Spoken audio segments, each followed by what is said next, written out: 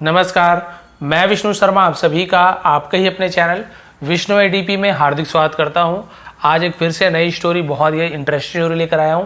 Story का title है the gardener and the bear. ठीक है, द गार्डनर, गार्डनर यानी क्या होता है? जो गार्डन का रखवाली करता है, देखभाल करता है, जिसे हम माली बोलते हैं, माली। एंड और द बेयर, इसे बेयर पढ़े, बहुत सारे बियर ऐसा होता है। बियर वो जो ड्रिंक होता है वो बियर है, और यह बेयर है वो BEER होता है। तो बेर यानी होता है भालू। तो यहाँ पे आप देख सकते हैं गार्डनर, माली और भालू की स्टोरी है, बहुत ही अच्छी स्टोरी है। चलिए स्टार्ट करते हैं। पसंद आए तो प्लीज़ लाइक करेंगे। Once there was a gardener, एक बार एक माली था। देयर केवल सब्जेक्ट के रूप में यूज़ कर रहे हैं, कोई इसका मीनिंग नहीं निकालेंगे। वहाँ था ऐसे बोलने की ज़रूरत नहीं है। He had neither wife nor children nor friends. अब इसका कैसे ट्रांसलेशन करेंगे?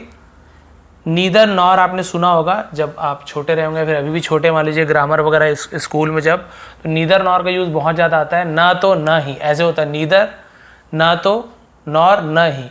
ना तो भाई था न ही बहन थी, ना तो दोस्त था, ना तो दोस्त था, ना तो और कोई भी आप उसके साथ सेंटेंस जोड़ सकते हैं। ऐसे बहुत सारी चीज़ें होती हैं।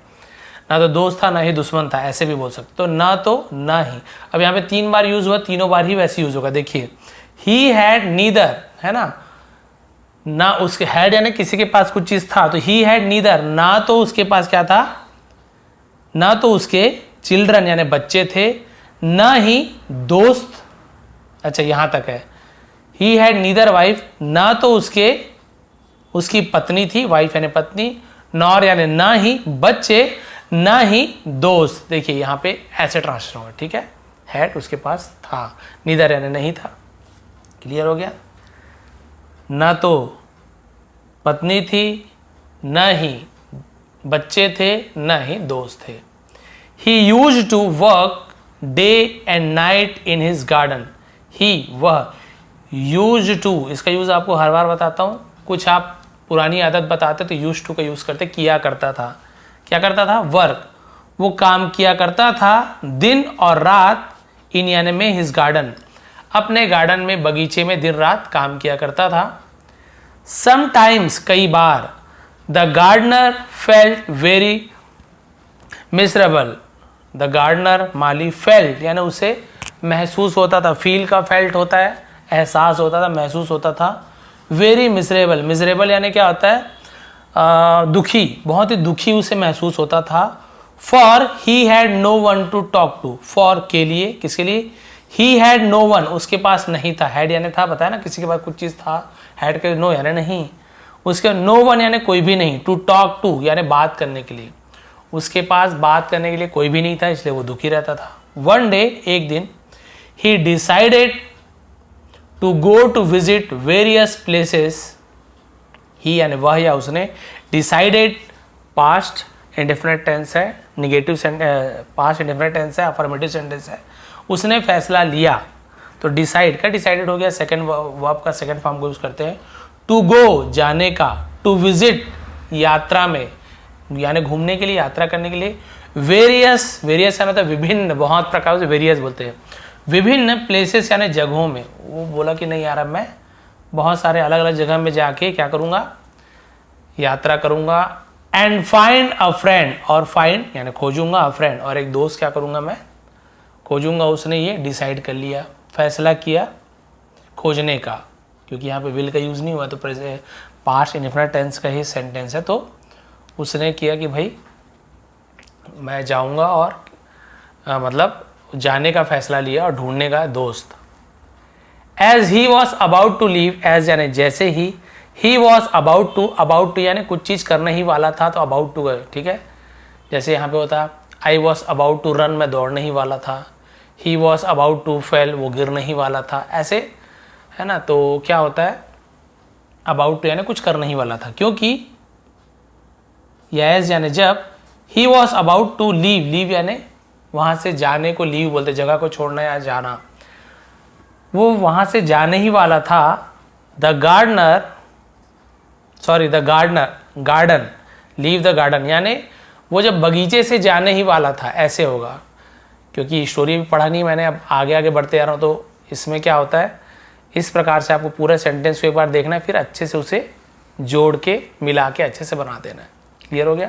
तो जैसे ही बगीचे से जाने वाला था, he came face to face with a bear. He came यानी वैसे तो आया होता है, फेस टू फेस यानी उसका आमना सामना हुआ, फेस टू आमना सामना हुआ, विथ अ बेयर एक भालू के साथ, विथ यानी साथ या से दोनों बोल सकते हैं, एक भालू से आमना सामना हुआ ऐसे बोल सकते हैं।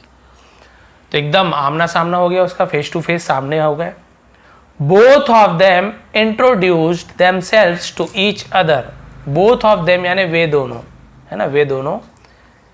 इंट्रोड्यूस, तो इंट्रोड्यूस्ड का मतलब क्या होता है, इंट्रोडक्शन का, इंट्रोड्यूस्ड हो गया यानी परिचय देना, है ना। स्टोरी है तो कुछ भी है, स्टोरी में समझते हो आप, हमें स्टोरी में केवल मोरल समझाने के लिए भालू और उसको दोस्त बन सकते हैं, लेकिन ऐसे अचानक से मिलो तो सब भागेंगे ही।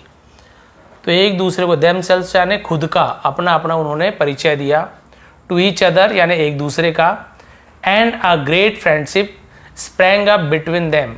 और अ ग्रेट फ्रेंडशिप यानी एक बहुत ही अच्छी दोस्ती, महान दोस्ती बोल सकते हैं। स्प्रैंग अप इसका मतलब क्या होता है, गहरी होना, बिटवीन देम उनके बीच एक अच्छी दोस्ती, मतलब गहरी दोस्ती हो गई, बहुत ही गहरी दोस्ती हो गई दोनों के बीच। The gardener took the bear into his garden. माली ने टुक ले गया, टेक का टुक होता है, द बेयर भालू को ले गया, इनटू यानी में, हिज गार्डन अपने बगीचे, तो गार्डन बोलेंगे। इनटू का यूज कब करें, क्योंकि बगीचे में पहले से नहीं था भालू, बगीचे में ले जा रहा था। तो कहीं जा रहे हो आप तो आप वहाँ पे इनटू का यूज़ करोगे, गड्ढे में गिर रहे हो तो इनटू का यूज़ करेंगे। पहले से गड्ढे हो, पहले से कमरे के अंदर हो, गड्ढे में हो, कमरे के अंदर में हो तो इन का यूज़ करेंगे। तो इन और इनटू में, ये इनटू यानी मोशन, ऐसे जा रहा है। तो फिर बगीचा ले गया, and fed him fruits and vegetables. और फीड का फेड यानी आप ज़्यादा देखेंगे पास्ट की स्टोरी में, पास्ट इंडिफरेंट टेंस का बहुत ज़्यादा यूज़ होता है, जहाँ पे वर्ब का सेकंड फॉर्म का यूज़ होता है।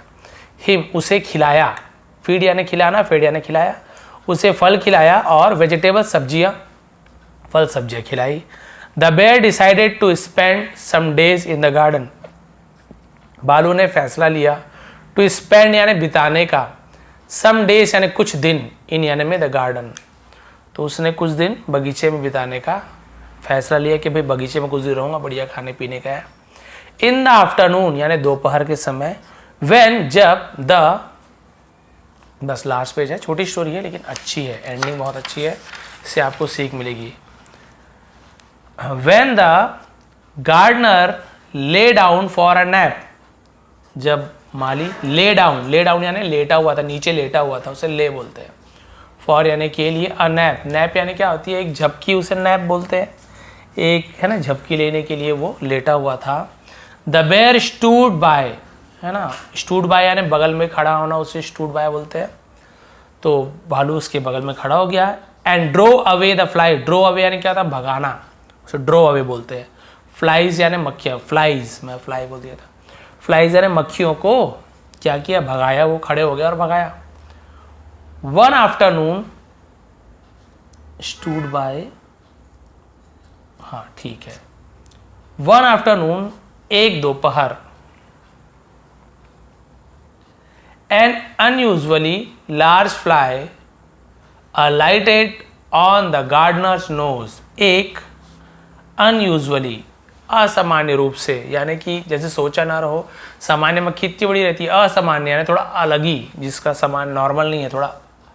लार्ज फ्लाई यानी एक बहुत बड़ी मक्खी। अलाइटेड है ना, तो उड़ के ऐसे उतरने को अलाइटेड बोलते हैं। उतरी, ऑन यानी पर, द गार्डनर्स नोज यानी या पॉस्टॉफी आपको हर बार बताता हूँ, काकी के, माली के नाक में उतरी, बैठ गई समझ लो।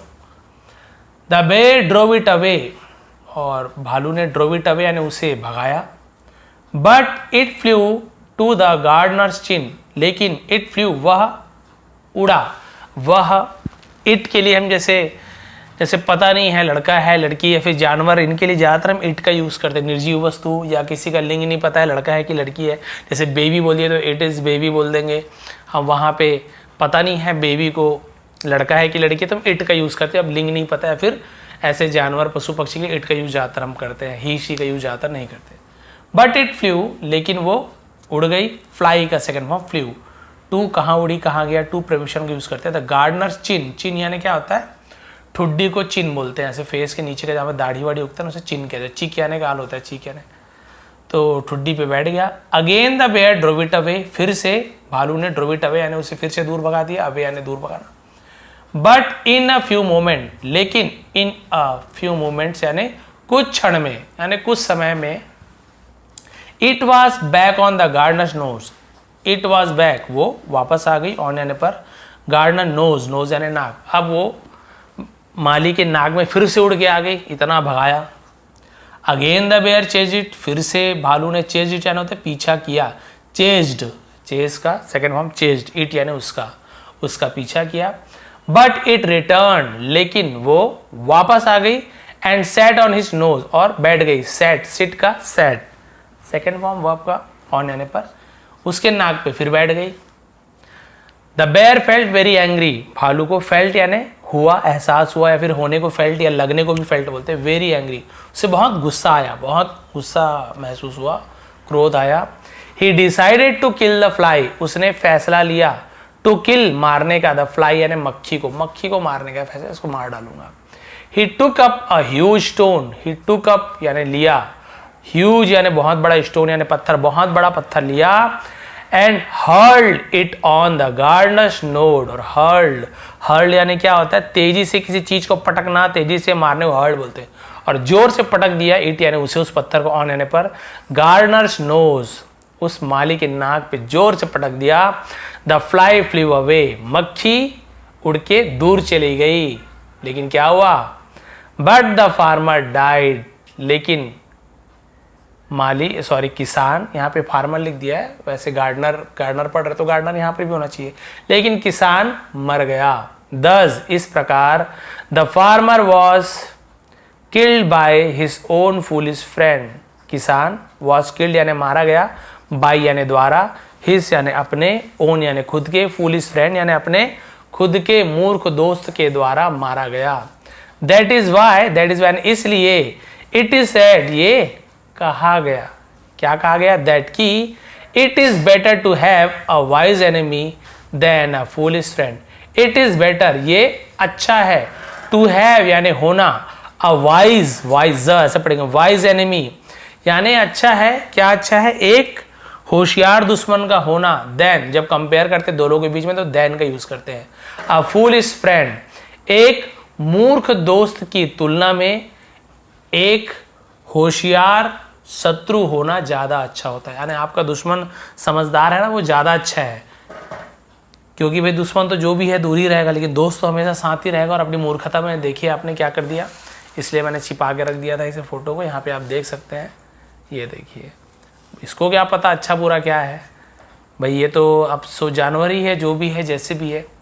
तो इसने क्या किया, सीधा मक्खी को मारना चाहा, भले वो अच्छे के लिए चाह रहा था, लेकिन उसी को तो मूर्ख बोलते जो अच्छा बुरा नहीं समझे, और मक्खी को मारने के चक्कर में अपने दोस्त को ही मार डाला। इसलिए कहा गया है एक समझदार शत्रु ज़्यादा अच्छा है एक मूर्ख दोस्त होने से, क्योंकि उससे हमेशा हमें कुछ ना कुछ नुकसान हो सकता है, किसी न किसी परेशानी में पड़ सकते हैं। जैसे कि यहाँ पे परेशानी क्या हो, तो मर ही गया। यदि आपको स्टोरी समझ आई हो, थोड़ी पसंद आती हो, समझाने का तरीका, मतलब वर्ड मीनिंग समझ आते हो, सही प्रोनाउंसिएशन आप सीख रहे हो, सही उच्चारण करना सीख रहे हो, तो प्लीज़ वीडियो को लाइक करेंगे, कमेंट जरूर करें कि कैसे लगा, अच्छा बुरा जो भी हो कमेंट किया करें, उससे और भी सुधार होता है। कोई लाइन छूट गई वो बताया करें। इसके अलावा यदि आप नए हैं तो प्लीज़ सब्सक्राइब कर लीजिए, ज्वाइन कर लीजिए, क्योंकि ऐसे बहुत ही आसान तरीके से यहाँ पे आपको इंग्लिश सीखने को मिलती है। और इन सभी का PDF आपको टेलीग्राम में प्रोवाइड कर दूंगा, आज तो कर ही दूंगा, बहुत दिन से किया नहीं हूँ। और विष्णु ATP सर्च करेंगे टेलीग्राम में, मेरा लोगो मिल जाएगा, 11-12 हज़ार सब्सक्राइबर है वहाँ पे भी जाके ज्वाइन कीजिए, ताकि आपको PDF आसानी से मिल जाए HD क्वालिटी में, और बहुत सारी चीज़ें वहाँ पे आपको प्रोवाइड किया हूँ। आप सभी का बहुत बहुत धन्यवाद, आपका दिन शुभ रहे।